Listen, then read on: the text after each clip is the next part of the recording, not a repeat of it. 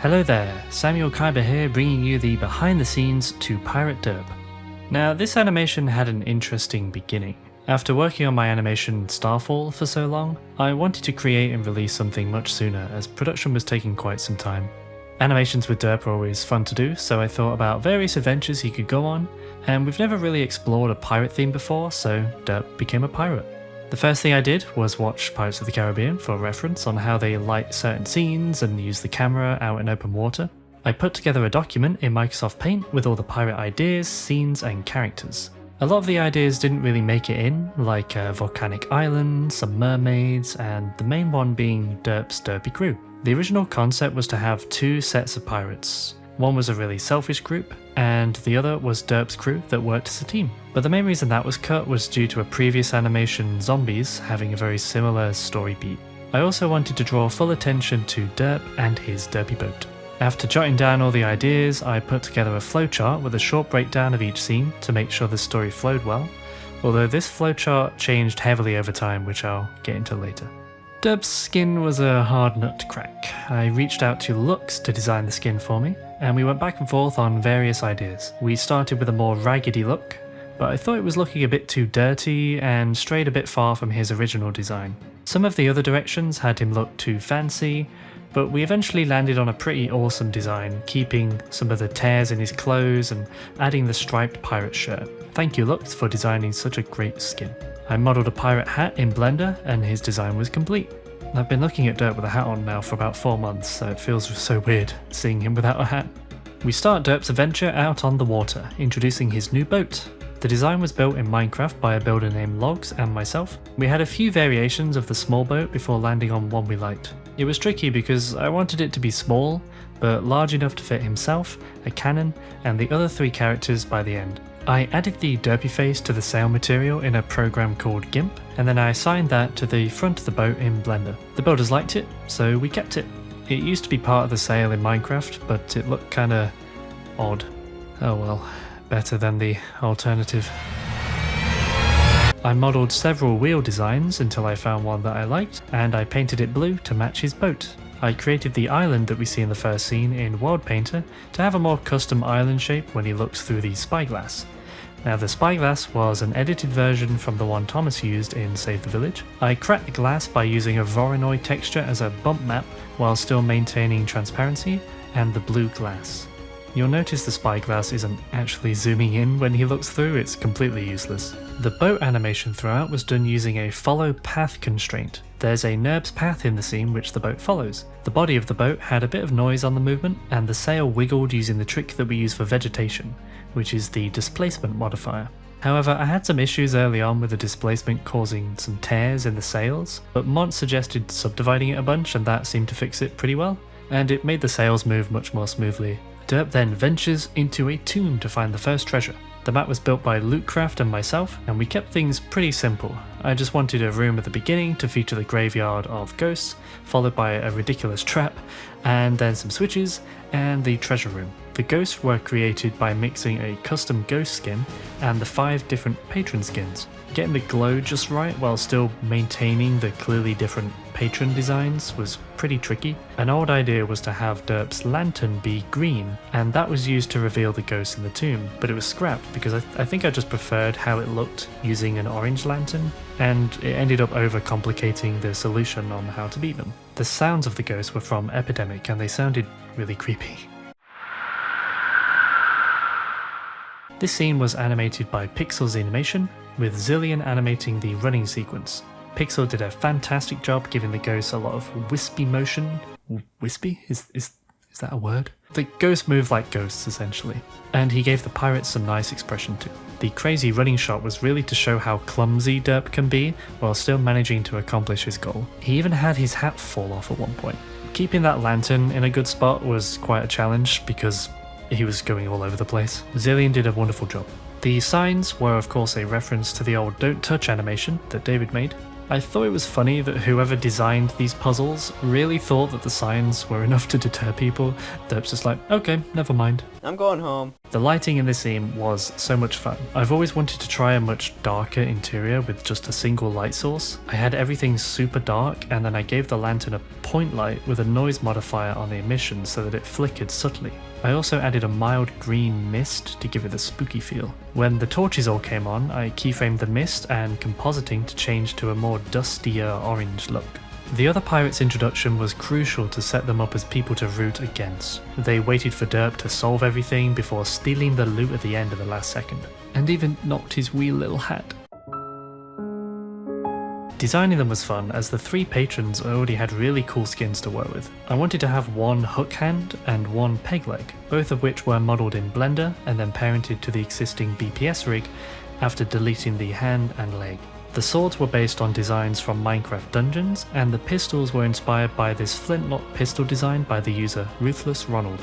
We're then taken to the port where Derp finds his next treasure map. This was a good opportunity to feature all the emerald and obsidian patrons that we have, as well as a cheeky cameo from Echo Soldier. I created the map pixel by pixel in GIMP, and tried to keep it fairly accurate to the different areas that he'll be travelling to, like the pirate cove at the top with the moon, and the shipwreck down below.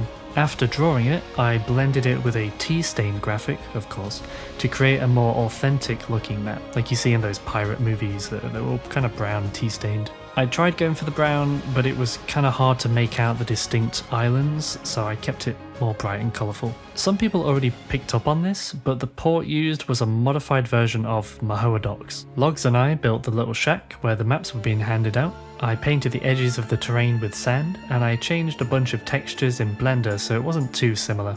This scene was to establish the upcoming rivalry and the race to the finish line. Derp's head really must hurt after bumping into things so many times. The boat sequence that features the montage was really fun to put together. The opening shot was a nice transitionary one with the dolphin, but it was also a way to foreshadow the dolphin showing up around later to help. We're introduced to the pirate's massive boat in this scene. It was important to really show how tiny Derp's boat was by giving the pirates a huge one. The boat was a modified version of one built by Louis R, link in the description. One thing that proved to be difficult here was the camera. Usually I would parent a camera to the boat so it would move along with it, but there were 2 boats and shots that didn't need to have it parented, and the speed of the boats changed in every shot. So instead what I did was parent the map to an empty, and then I moved that towards the boats at different speeds in every shot. This just made it easier to move the camera around. One thing I was nervous about doing was the lighting out on open water. There isn't really much terrain to utilise, so it can easily look quite cheap, but I managed to get a subtle mist on the horizon which kind of hid the edge of the map, and with a nice golden morning glow near the sunrise. This sequence was a great way to visualise their competitiveness by having the boats inching forward in every other shot. This scene was helped massively by the music, which was laid out before animating, with the music rising every time one of the teams enacted their tactic. That sounds cool.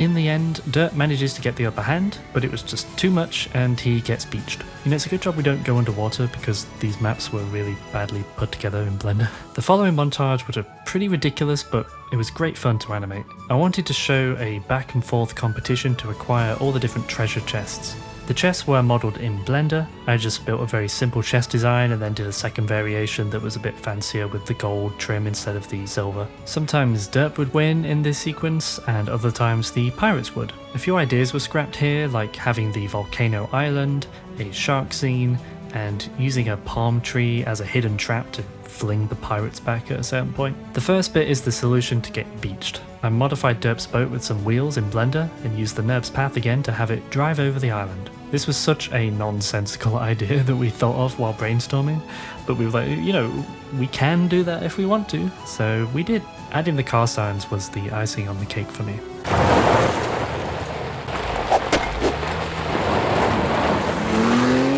It's then followed by a pretty intense attack on a guarded island. For the map, I added a chunk of a fortress to a bay on the Kauai Islands. Modelling the cannons went through various iterations before finding one that I liked. I created 3 different cannon firing loops to use across the animation as well. This just made it easier to have so many cannons firing without having to animate every single one. The effect of it firing was made up of 3 different components. The first was an emissive piece of geometry, which was scaled up to create the blast. The second was a set of fiery particles to add that little bit of extra detail. and the third was another particle system, but instead using different 2D planes of smoke textures which became transparent over time. I always do explosions first when it comes time to do sound design because they're so much fun. I layered a cannon firing sound with a more explosive mortar sound to make it feel more powerful. Next up was the Shipwreck, which I almost scrapped entirely because I didn't think it was going to look as cool as the other parts, but I'm glad I kept it because I think it worked really well. For the ship I took a complete build of one and I cut it in half, filling in all the holes in edit mode afterwards. I duplicated a bunch of small pieces of wood and scattered them around the map, giving them all subtle noise modifiers to make them bounce up and down in the water. The lighting in this scene was one of my favourites, and it's a shame I didn't get to use it again because I thought it looked really pretty. It's sunsets, so, they're fun to work with. The montage ends with a big ship battle. Again, it was handy having those loops so I could have numerous cannons firing at once. This was the last scene that I did in the final week of production, so there's quite a big lack of destruction on the boats, unfortunately. This was where you could really feel the intensity of the cannons through the sound design. Doing the lighting was tricky because everything was obstructed by 2 sets of sails on either boat, so I added some additional point lights on the lanterns that were sitting right next to Derp. One thing you may have noticed during this sequence was the transparency in the water. A lot of shots struggle to show it properly, but as you look closer to the shoreline, the water gets more transparent and has a greener look to it. This was done through texture painting. For every map that I used, I created a unique texture in the shape of the corresponding island. I then used the black and white data to change both the colour and the transparency of the water, so areas closer to white would be greener and more transparent, and vice versa. A lot of reference for the water was taken from Genshin Impact. The montage ends showing the route on the map heading towards the final destination. I made a separate version of the map with the red line drawn on, and used a mask in Sony Vegas to slowly reveal the line. Oh dear. After the montage, we end up at the final island. The opening shot shows the moon to hint at it being useful later. This map was created by Gigarak and can be found via the link in the description. The area where the scene takes place went through a huge redesign which was done by Ellie, Luke, Logs and Frog. The area had a big hole in the ceiling, so we started by filling that in, but we left 3 holes for the moonlight to come through. We then built the inclines on either side with the ridge line at the back. Luke and Ellie created 3 corroded and destroyed tower designs, each with different heights, and I think we all chipped in to design the moon symbol, which ended up on the floor. We spruced it up with some vegetation and hints of an old stone stairway up the sides. We really wanted it to feel overgrown and mossy. The builders really did a fantastic job on this set, and this wouldn't have been possible without them. After a pretty upbeat, intense montage, I wanted to slow things down and create a bit of tension to really build up to this final island. I let shots linger for much longer, leaning more on ambience and sounds. I love using pads and synths in the darker scenes, especially when the pirates show up in the last few frames of that shot. I don't know why I added this top-down shot because I'm terrified of the deep ocean. It took me about 30 minutes to even jump in the water in Subnautica. I added it to show an empty void and I was going to add a sea creature down there, but I didn't have time for the re-render. It just creeps me out looking at it. When Derp arrived at the chest, I really wanted that wallpaper shot of the terrain, which I again used a lot of reference from Genshin. I keyframed the mist sphere to go from the greeny blue outside to the purple and blue for the inside. Both mist spheres actually had the noise texture slightly animated so that it would change appearance over time. I modified all the flowers in the cave to emit light, because who doesn't love bioluminescence? I had blue light on the ridges and orange light in the centre to create a nice contrast between the 2 fights, and to help add a more defined shape to the set. I ended up having over 25 point lights in the scene, which caused a ton of lag, and sometimes the orange light made the dirt look too red, so I decreased saturation on both the dirt and the clay. Lighting in general was very awkward, but it was extremely fun to do. Every shot had the lights and mist keyframe to make sure everything was always well lit. The characters also had a spotlight in front of them at all times, which was also keyframed in every shot. When the pirates showed up, they were expecting to just steal the loot again like they did earlier, but this time there was a threat lurking in the cave. Initially, the skeletons weren't even going to feature in the animation at all.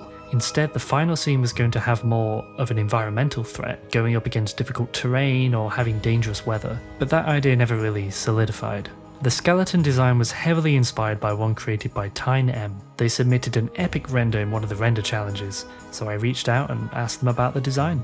Having the green on the skeletons really gave them a unique look, and it really fit the pirate theme as well. It also helped provide more colour to the final scene. I saw a lot of people pick up on the sound design used here. It's all various different bone cracking sounds from Epidemic Sound. They have hundreds of them. I made sure there were significant snapping sounds when heads would snap back on, for example. But I was pretty nervous about using them because a lot of people really don't like the sounds of bones cracking. The swords were created using an emissive noise texture, and the eyes were just emissive cubes. You know, this scene was never actually going to have a fight for a long time.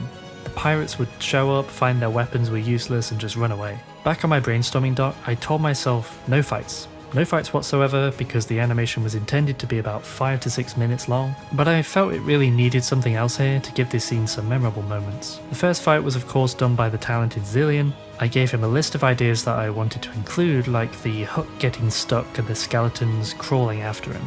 The rest came from Zillion's own creativity. Doing the sound design for fights is some of my favourite stuff. The effects on the pistols were muzzle flashes that Thomas created and he used in his cyber heist animation. When the pirates flee, the smirk at the end was intended to show their idea to steal his loot, but I don't think that came across as well as I'd hoped, so it kind of just looks like they left Derp for dead, although they kind of did that anyway. Wow, these pirates are terrible. Derp then has his moment of realization on how to defeat the skeletons. I don't think the moonlight idea really came from anything in particular. I wanted skeletons to be immune from conventional weapons, and using moonlight seemed like a good option as the scene took place at night. The volumetrics of the moonlight were created using, you guessed it, 2D cylinders to be specific. It's using an emissive noise texture that has some Fresnel to soften the edges. The strength of the emission was keyframed in every shot since it would be brighter and darker depending on where the camera was relative to the cylinder. The sequence of Derp turning the mirrors was again animated by Zillion. The tricky thing here was making sure Derp could get all 3 mirrors while also knocking every skeleton into the middle of the map. Thankfully, Zillion pulled it off beautifully. I knew I wanted the fish to turn a mirror and give it a moment in the spotlight. Literally. Having the head spin out of control and then pointing underneath the final skeleton's chin were the only ideas that I suggested. The rest was all Zillion. The point lights and spotlights here were all blue, so we get this nice green and blue look for the second fight, and then the green and orange look for the first, helping to distinguish the two. I love doing sound design for his fights. I used a lot of whip sounds and slap sounds for the fish action, and the one-shot sequence made use of the bone cracks pretty well.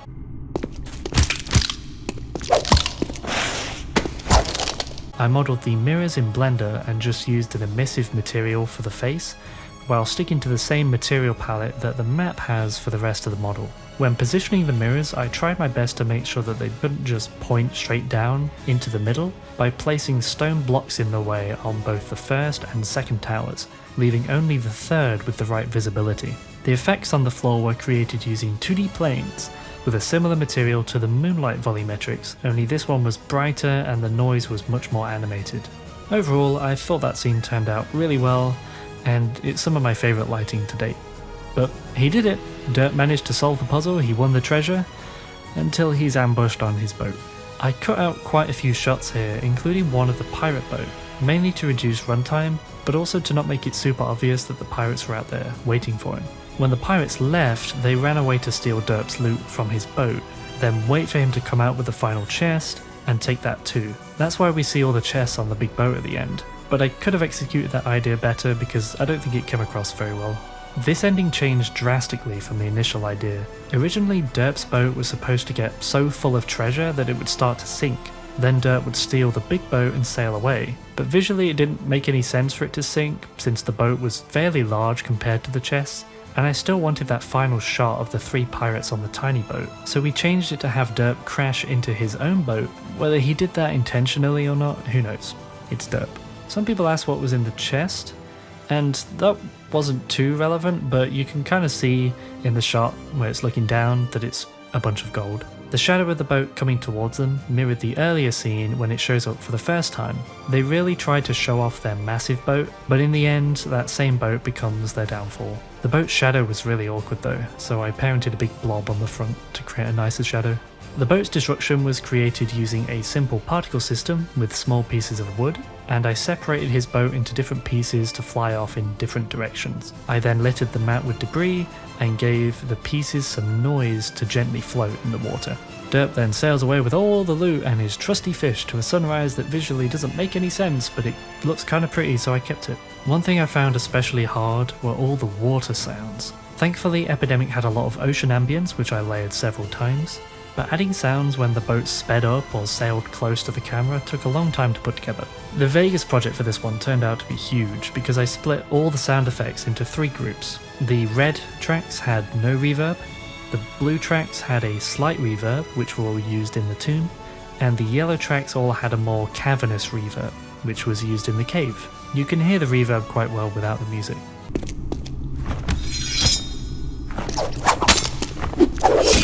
For the thumbnails, I find thumbnails to be probably one of the hardest things for me to do personally. I was really struggling, but Thomas actually gave me a starting point to work from, which helped out a bunch. The bloopers thumbnail was pretty fun though. And that's about it. This animation wasn't possible without the animators, the builders, the skin designers, and the other BPS directors helping out with the bloopers and the rendering. Thank you everyone. It really means a lot. For now, I'll be turning to work on my sci-fi animation Starfall, and look forward to sharing that with you when it's ready. Thank you all for watching, and we'll see you in the next video.